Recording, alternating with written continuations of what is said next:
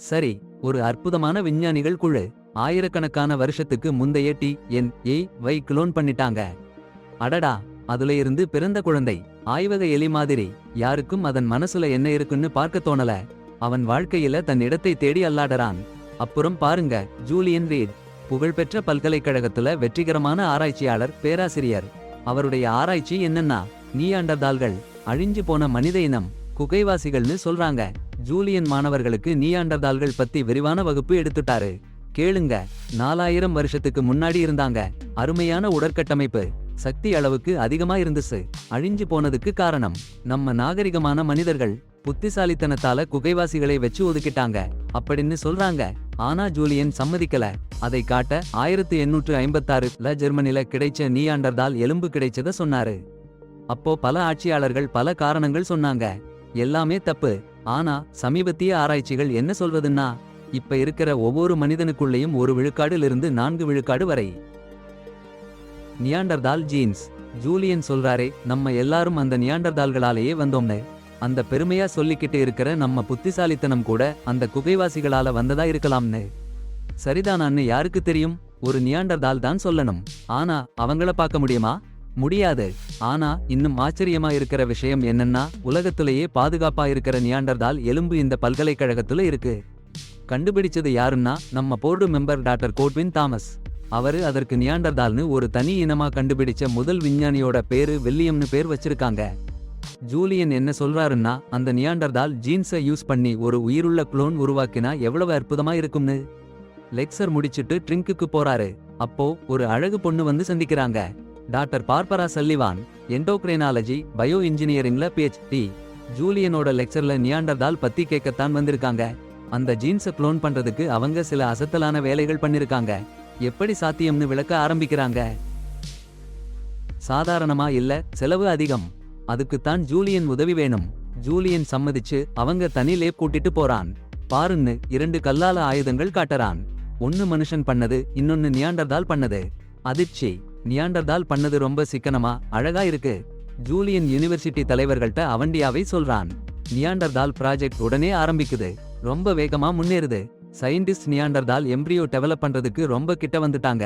Project மட்டுமில்லாம ஜூலியனும் பார்பராவும் காதலிக்க ஆரம்பிச்சிட்டாங்க. எம்ப்ரியோ ஃபெர்டிலைசேஷன் பண்றதுக்கு சில நாள் இருக்கு. யூனிவர்சிட்டி டைரக்டர் பாப் காட்வின் கிட்ட ஃபோன் பண்றான். இந்த ப்ராஜெக்ட் பத்தி அவங்க அபிப்பிராயம் கேக்குறான். பல அதிகாரிகள் கிட்ட கேட்டாச்சு. அதிகபட்சம் பேர் ஃபைனல் ஸ்டெப் போகணும்னு சொல்றாங்க. காட்வின் பொறுமையா எல்லாத்தையும் கேக்குறா. கடைசியா இந்த ப்ராஜெக்ட் பத்தி சரியான ஃபீலிங் இல்லன்னு சொல்றா. பாப் அவளை ரொம்ப நம்புறான். ப்ராஜெக்டை கேன்சல் பண்றான். ஜூலியனும் பார்பராவும் இந்த நியூஸ் கேள்விப்பட்டதும் ரொம்ப அழிஞ்சு போச்சு. அத்தனை கஷ்டப்பட்டு பண்ணின வேலைய வீணா போக விட முடியாதுன்னு பார்பரா ஒரு பெரிய முடிவு எடுத்தா. நியாண்டர்தால் குழந்தைய அவளே சுமக்க சம்மதிச்சா. இருந்தாலும் சீக்கிரமே திருமணம் பண்ண போறவங்கன்னா யாருக்கும் சந்தேகம் வராதுல்ல. பார்பரா கர்ப்பமா இருக்கிறதா அறிவிச்சா. சூப்பரா எல்லாம் நடந்தது. ஆரோக்கியமா ஒரு குழந்தை பிறந்தது. அப்புறம் ஜூலியன் இந்த வெற்றியை உலகத்துக்கு அறிவிக்கணும்னு ஆசைப்பட்டான். பாபுக்கு சீக்ரெட்டா எல்லாத்தையும் பண்ணிட்டேன், நியாண்டர்தால் குட்டி ஆரோக்கியமா உலகத்துல வந்துருச்சுன்னு சொன்னான்.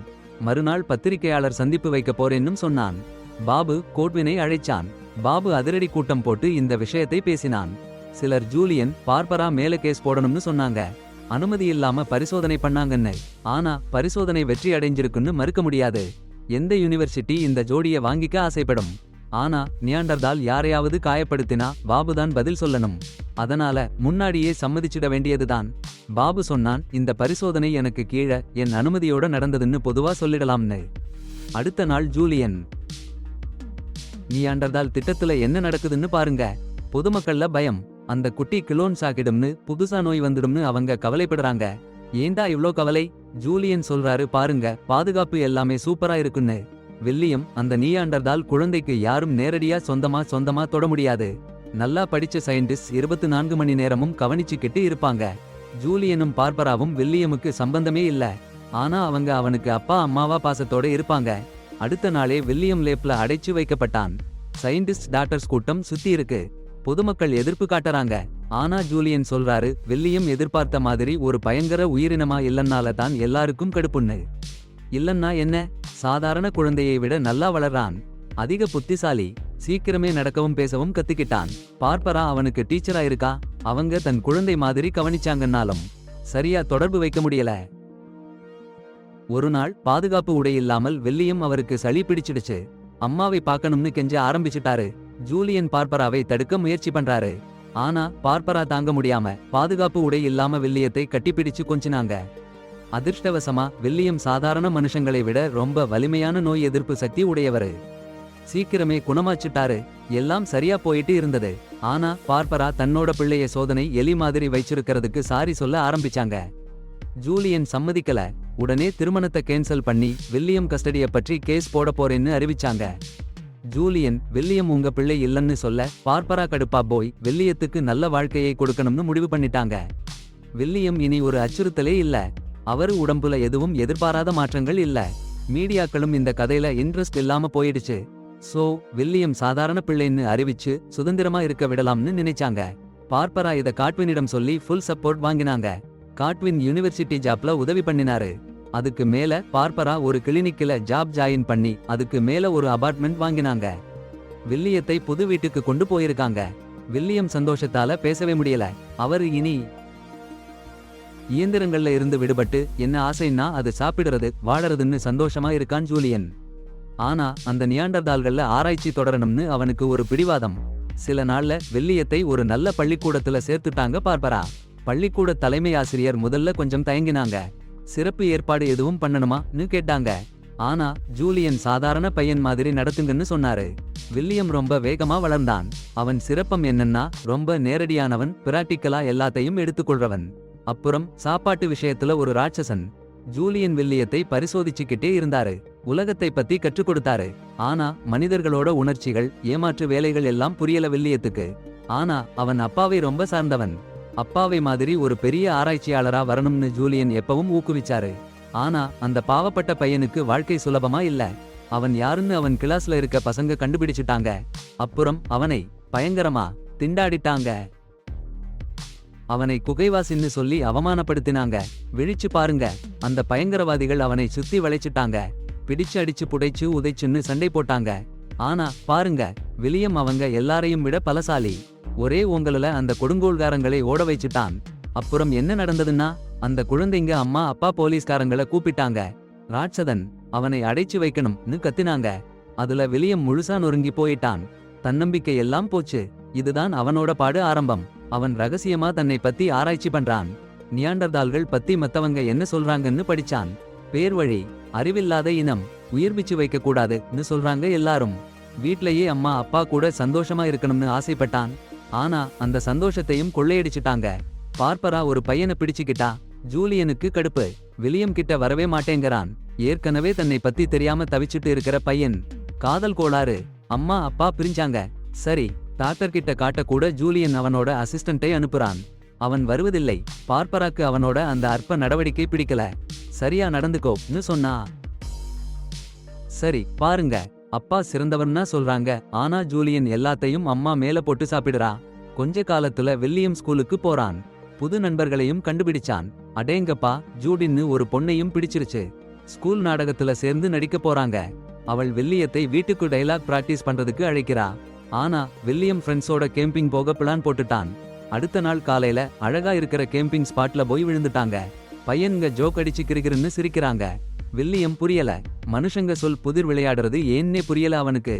சரி, நல்லா இருக்கு, அவன் ஃப்ரெண்ட்ஸ் ரொம்ப ஸ்வீட். ஜூடியோட ஃப்ரெண்ட்ஷிப் கூடுவாங்கன்னு என்ஜாரேஜ் பண்றாங்க. காதல் வந்தா மனுஷ சுபாவம் புரிய ஆரம்பிக்கும்னு சொல்றாங்க. அன்னைக்கு மாலை இன்னொரு ஜோடி கேம்பிங் வந்தாங்க. ஃப்ரெண்ட்லியா இருந்தாங்க. பையன்களோட சேர்ந்து பொழுது போக்கினாங்க. நெருப்புக்கட்டை பக்கத்துல உட்கார்ந்து எல்லாரும் என்ஜாய் பண்றாங்க. அந்த அம்மா வில்லியம் முகத்தை நல்லா பார்த்துட்டு அவன் ஃபீச்சர்ஸ் ரொம்ப யூனிக்னு கேள்வி கேட்கிறா. அப்பதான் அவன் ஃப்ரெண்ட்ஸ்ல ஒருத்தன் வில்லியம் நியாண்டர்தால்னு சொல்றான். அப்படி அந்த பெண்மணியோட முகம் மாறிடுச்சு. அவங்க வில்லியத்த கிட்ட, நீ போய் உன் ஜாதிக்காரங்களை கூட போய் சேர்ந்துருன்னு கத்திட்டாங்க. அடுத்த நாள் வீட்டுக்கு போனாங்க. ஆனா அந்த பெண் சொன்ன வார்த்தைகள் வில்லியம் மனசுல ஒரு கனத்த கல்லை போட்டுருச்சு. சில நாள் கழிச்சு ஸ்கூல் நாடகத்துக்கு வில்லியம் ரெடி ஆனான். ஜூடி பயந்து போயிட்டு இருந்தா. ஆனா வில்லியம் சும்மா கூலாக இருந்தாரு.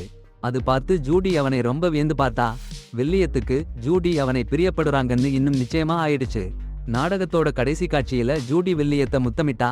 ஆனா வில்லியம் அந்த கிஸ் நீள வேணும்னு ஆசைப்பட்டான். ஜூடி அவனை தள்ளிவிட்டா.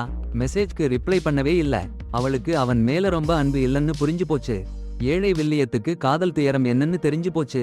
இதுக்கிடையில் அவன் அப்பா அம்மா அவனுக்கு எதிர்காலம் அமைச்சு கொடுக்க ஆர்வமா இருந்தாங்க. ஸ்கூல் ஹெட்மாஸ்டர் வில்லியம் சாதாரணமா இல்லாத புத்திசாலின்னு சொன்னாரு.